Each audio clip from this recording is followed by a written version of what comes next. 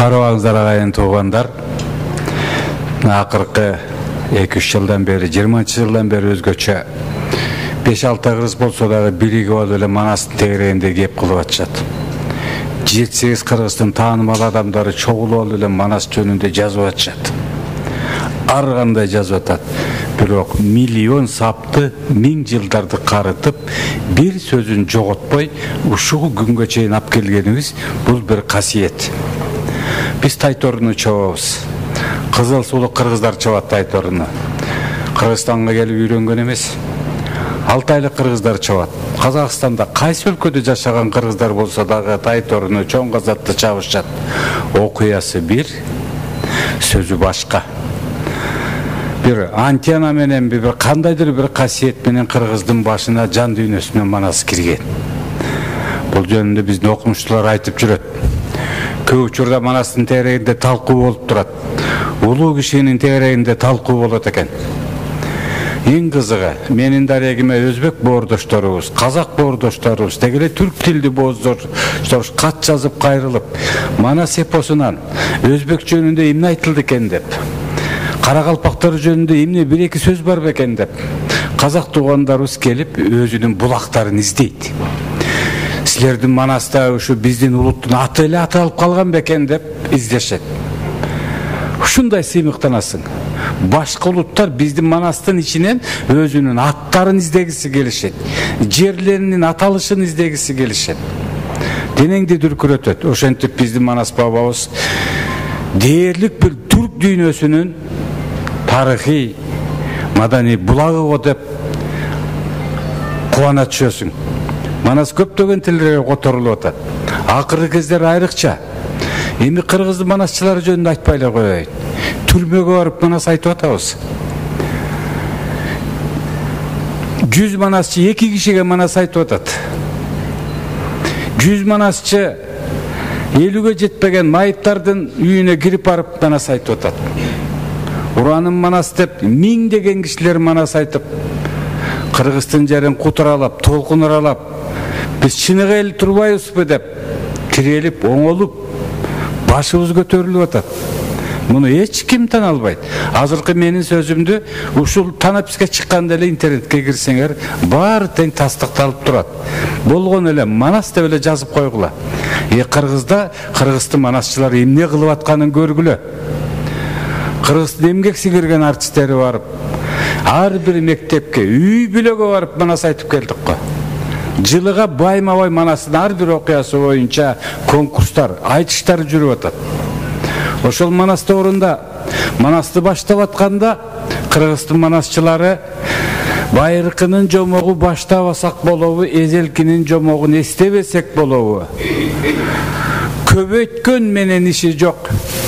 Көпчүлүктүн көнүчүн күпүлдөтүп айтабыз. Жанында болгон киши жок, жарып келген киши жалганы менен иши жок. Жалпы журттун көнүчүн жабылып туруп айтабыз деп биздин манасчылардын баары Манасты эмнеден башталып атканын ачык айтып коюп атышат. Бардык Кыргызстандагы Манас жөнүндө китептер ушундай жөрөлгө менен башталат. Эч коркпош керек. Манасты бура тартып тигинтип түшүнүктөрүн бузуп жиберди деп, же болбосо мындай түшүнүктөргө келди деп. Мына окумуштуу Жылдыз эжекебиз отурат. Бул киши Манастын улантканы, кийинки окуялары жөнүндө илимий эмгегинде абдан терең чагылдырды. Манастын окуясын улантты. Манасты илимий тилге салган таланталы бакчыйып отурат. Бул илим жагынан, бирок Манастын өзөгүнө тийишкен жок. Тарыхты, Манастагы тарыхты биз тарых катары, булак катары кабыл алалы деп кыясаттарыбыз какшап келатат. Акыркы бир 15-20 жыл бою какшап келатат. Мелисинин болсо Манастын ичиндеги ар бир нарткы сөздү алып чыгып, Манаста минтип айтылган, хан эмес кан деп айтылган деген түшүнүктөрдү элге жайылтып атат. Бирок Манастын өзөгү өзгөргөн жок. Ага жол бербешибиз керек. Өзөк келетат, миллион сап келетат. Бирок анын тегерегиндеги талкуу бул бизге керек. Ар кандай учурда анын кереги чыгып калышы мүмкүн. Балким кээ бир окуяларга кээ бир окумуштуулар башкача түшүнүк берсе, аны дагы туура сын берип, сулуу тороттой сынды бузбай, колго чаппай, жолун торобой оңдоп коюшубуз керек, түзөп коюшубуз керек.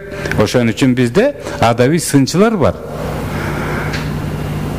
Мына бүгүн 100 жылдыкка карата биздин боордошторубуздагы Кыргыз Кызыл Тоо областында да так эле биздей болгон көрдүш, алардан көптөгөн каттарды алып, алар дагы бизге окшоп 5 кишинин башы бириккен жерде манасты айтып атат. Ошол жоокерчилик заманда, жоокерчилик доордо Кыргызстан бир мыкты данышмандары чогулуп алып, балам, бүгүн биз мыктыларды тандайбыз деп жигиттерди чубатууга өткөрөт экен. Алчактатып атын бастырып келаткан бир жигиттен сурайт экен: "Ой балам, алдыга атың ким? Кимдин аты минген атыңды?" "Менин атым Аксакал, ушул ат менен барып мен бүт элди жыям, журтту башкарам" дейт экен. Дабыр экинчи жигит келатат дейт. Андан кем эмес мыкты атты минип алып: "Балам, алдыгы минген атың кимдики? Элге айтчы" дейт экен. "Бул атым камчы бассам жалтанбай барып аскага урунар учкая гүлүк атым. Ушул ат менен чаркайланып эл журтумду жыям, багам" дейт экен. Үчүнчүсү келатканда: "Эй балам, эми сен айтчы, алдыгы минген атың кимдики?" десе, "Бул элдик ата, журттук ата. Ушул ат менен журтка кызмат кылам.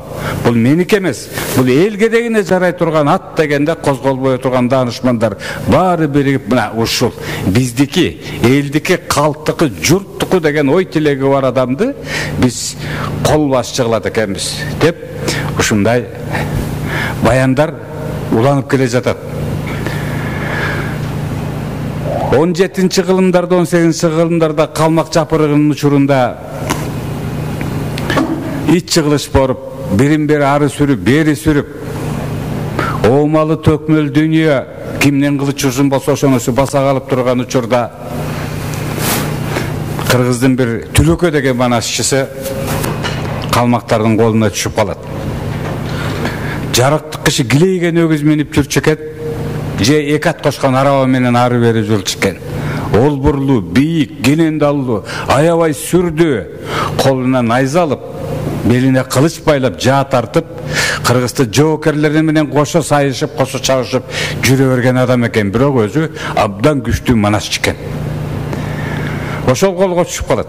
Жанына киши жололбой, касканактап тегереген калмактар ортого салып алып, барып найза саярга батын албай, кылыч чабарга батын албай, ким башын алат десе баары жер карап, сүрүнөн коркуп, тыпырап эмне кылаарын билбей, ошону тегеректеп отурганда калмактардын каны бастырып келип, "Айланайын Кудай, ушуну өгүздей кылып ортого эмне тургузуп койдуңар? Бу ким экен?" дегенде Түлөкө манасчы күпүлдөтүп манас айтып келет. Тегеректин баары термелет, айлананын баары арып алат. Тилин түшүнбөсө дагы дилин түшүнүп, баштары жерге кирип, манас күпүлдөп кирген сайын көгүм кирип, булут аралап, чагылган, шамылы башталып кетет. Ошондо жүдү чыга түшкөн, денеси кушет болуп корко түшкөн калмактардын каны аман соо турганыбызда балия болуп кете электе, аттап, тондоп, арабалап, алтындан карт берип, "Узатып ийгилечи буну" дейт экен. Ошентип күпүлдөп Түлөкө манасчыбыз күпүлдөгөн манасы менен колго түшүп калса дагы коркутуп, өгүзүн минип алып, өгүрүп, бакырып, душмандын баарын коркутуп айылына кайтат экен. Касиетиңен айланайын манас, биз азыр жобок сыяктантып, тигил же бул окуяны дайыма айтып кеп кылып жүрөбүз. Бирок эгерде манас чындап эле ушундай касиети жок болсо, канча кылымдан бери манас эле дей беребиз. Анча мынча адамдар сурап калат, "Бул болгон окуябы? Бул тарыхый личностбу же тарыхый адамбы бул адам? Бул эмне?" деп бизди билбеген адамдар келип сурай берет. Түшкөндө эле аэропорт манасына конот. Андан келип эле Манас проспектиси менен өйдө карай чыгат. Манастын эстеликтери. Бизге жагынгысы келген башка мамлекеттин өкүлдөрү силердин манасыңардын эстелигин коебуз деп кепти башташат биз менен. Силердин Саякбай деген манасчыңардын эстелигин коебуз деп башташат. А дегенде эле бизди манасты оозуна алып туруп анан биз менен сүйлөшөт.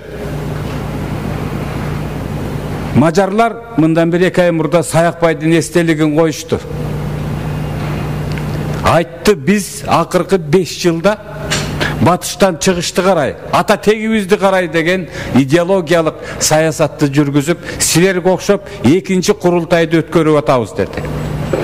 Ошол курултайларда доклад жасаган биздин Мажар Венгрия бир туугандарыбыздын айрым тарых личносттары биздин Манасты оозданып, биздин жуңгарлардын тарыхын Манастын ичинен таап чыгышыбыз керек деген маселени койгон экен. 2023-жылы докладдарында биздин Мажар бир туугандарыбыз дагы өзүнүн уюткусун bir-iki söz kaldı beken деп биздин Манас тизилдеп, окумуштуулардын тобун түзүп, мына ушундай илимий окумуштуулардын түзүлгөн тобу биздин Манасты изилдеп жүргөн убагы. Алар мага кат жазышкан. Мен уруксат бердим, алар биздеги Манас китептерин окуп атышат. Өздөрүнүн издерин издеп атышат. Ошон үчүн башты бийик көтөрөлүк. Сыймыктаналык. Айрым биздин оппоненттер ушул Касманбетов баш болуп бир жобокто айтып, жок Манасты айтып, элдин башын алайтып, ордого дагы Манас деп ат коюп, көчөгө да Манаска деп ат коюп, көрүнгөн айылга Манастын эстелигин койтуп, алдыга өнүкпөйбүз деген чаары баш тетир ойлонгон кээ бир тентек замандаштарыбыз бар. Ал биздин эл баса калбаларды жок кылбай, бирок Манастын баалуулугун аларга айтып түшүндүргөнүбүз аябай абзел болот. Мына 100 жылдыкка карата көптөгөн иш-чаралар Манас менен башталат. Азыр Кыргызстанда Манас айтмайын машина от албай калды. Завод ачылып атса дагы, жол салынып атса дагы, эли кишинин тегерегинде чогулган эл болсо дагы, биздин Манасчыларыбыз келип турган Манас айтат, анан ажо сөздү алат. Кайда болбосун Манас жаңырып калды. Мындан 5 жыл мурда биздин Кыргызстанда эмне болгон элестетип көргүлөчү. Кас жерде айтчылык, майрамда гана чогулуп Манас айтчылык. Бирөөнүн бир мааракесинде гана Манас айтып койчулук. Жакында сабак башталарда Манас айта баштайбыз. 2 прокурорго 20 киши кирип барып Манас айтып атат. 7-ге чыга элек балдарды аран көтөрүп кетип атабыз сахнадан. Манас айтып атканда токтобой, томолонуп алып Манас айтып атышат. Агалары келип көтөрүп кетип атат, айланып кетейин деп суу чачып, эс алдырып. Эл эригип атат, сүйүнүп атат. Манас тегерегинде эл биригип атат. Өзөк бул. Манасы жок элдер, мындай түпөктүү, уюткулуу дастандары жок элдер мындан 50 жыл мурда пайдаланган кашык вилкаларын, кийимдерин, галстук ачкилерин музейге кийирип, биздин баалуулуктар деп айтып атышат. 40 жыл мурдагы кашыктарын, вилкаларын ата-энелерибиз ушу менен сайып жеген экен деп. Манас жок болсо албай куштар эмнени айтат эле. А биз болсо Манас касиетинин четин дагы ойой элекпиз. Четин дагы ойой элекпиз. Илгери Турсун Уралиев деген агаңарды барыңар таанысыңар. Кыргыз эл артисти, маданиятка эмгек сиңирген ишмер. Саякбай атабызды чакырып алат экен. Бүгүнкү тема үргөнүштү кечебиз ата дейт экен. Атабыз келип даярданып Манас айтуучу бөлмөгө кирсе киши жок. Эйленайын Турсун. Жоктойду 5-6 кишини эле көчөдөн болсо кармап келип отургузуп койчу. Мен тамга кантип Манас айтам. Ал мунуңду дейт экен. Ошол жердеги сотрудник кызматкерлердин баарын жейип келип, залды толтуруп, анан Турсун Уралиевке агай Манасчыга айтат дейт, биз үргөнүштү кечебиз, сизге 30 мүнөт берилди дейт. Таң калган Саякбай ата, мен 30 мүнөттө Гүлчөрө Баатыр Тайбурулдун үстүнө отургузушум үчүн, мингизим үчүн 30 мүнөтүң дагы жетпейт балам деп таң калат экен. Баштаңыз анан көрөбүз, тиягын кыркып, биягын кыркып, элге жеткен жерин айтабыз дейт. Анан Турсун Уралиев эскерет. 11-де келип Саякбайды үргөнүштүн кечиптеп, жардын башын кулатып, ортосунан кан агып, шаам үйүс мал агып деп баштаганда эле дейт. Эртең менен 11-де үргөнүштү кече баштаган жарыкты киши кечке саат 5-ке чейин кечип, үргөнүштүн жарымын араң жетиптир. Карабайсыңарбы? 7 saat Manas айтып үргөнүштүн жарымына араң жетиптир. Ортосунан жанагынтип Гүлчоронун туулгасын кылт этип, үзөңгүсүн жылт этип, тердиктен аккан кара суулдуй карай шорголоп, ошондо гана Тайбурул алдыга чыкты жорголоп деп. Ошого жеткенче 7 саат өтүптүр. Аягына чыкпай калыптыр. Анан сөгүнүп, сагынып, мени туш-туштан кашаалап, туш-туштан кысып да киши Манас айттырат бекен. Айланайын Турсун, экинчи мындай кылбай жүр деп басып кеткен экен кайран киши. Турсун Нуралиев айтат, Манасыдын биягын кесейин десем деле болбойт, тиягын кесейин десем деле 30 мүнөткө эчтекеси батпай койду дейт. Бөлөк шалак чолок телек болуп эле же баш эмне болгонун, же аяк эмне болгонун эч ким билбей калчулайт дейт. Эптеп алды, эфирге чыгарбай кутулдум дейт. Сакем айткан Манасты Сулайман Кайыповго өткөрүп бердим дейт. Анан кара сөз менен 30 мүнөттү кеп кылып койдум дейт. Мына карагыла. Кыргыз эл артысы жаны кашайып, ушу Манасты эч нерсеге батыра албай. Манасты бир жерге кийирип койсоң жарып чыгат. Өзөктөрү менен. Манастан миңдеген, жүздөгөн, Манаста салык саясаты болгонун, бажы саясаты болгонун, Манаста жолдор курулганын, Манаста өкмөттүн түзүлгөнүн, экологиялык маселени курчтурганын барын бир окуядан барыңар окусаңар болот. Семетейдин Букардан Таласка кайтышы деген окуяда Камбакай, андан мурдараак энеси Каныкей айтат. Каныкейдин жомогу деп. Анан Камбакай менен жолугуп Бакай айтып берет. Манас эпосунун жарымынан көбүн, Семетей эпосунун жарымынан көбүн кыргыз мамлекеттик түзүлүшү жөнүндө кеп болот. Жер отун ал дейт. Пошлина. От салыгын ал дейт. Түзүлүш кадимги экологиялык маселелер, жаңгагы түшүп көң болгон, алмас түшүп дөң болгон касиеттүү бул жерден кантип кайда көчөбүз деп какшап айтып атат. Талдын барын кыйдырбай, көлөкүжеңге жыйдырбай, көкөлөтүп өстүр деп какшап атат. Жашылдандыруу маселенин бары 60 тилде сүйлөгөн, 60 бөлөк тон кийген Ажыбай 60 тилде сүйлөгөн, 60 бөлөк тон билгендер. Эл аралык мамиле. Манас эпосунда 200-ге жакын улуттун болгону, ошончо тилдин болгону, ушул кымындай Каныкейдин жомогунда Камбакайдын уулу Семетейди тосуп алып айтып бергенинде денең дүркүрөп кетет. Ошол убакта эле укмуш биздин өлкөлөр болгон экен деп. Ошон үчүн Манасыбыз кут болсун. Манасыбыз бар. Ар бир кыргыздын жүрөгүндө.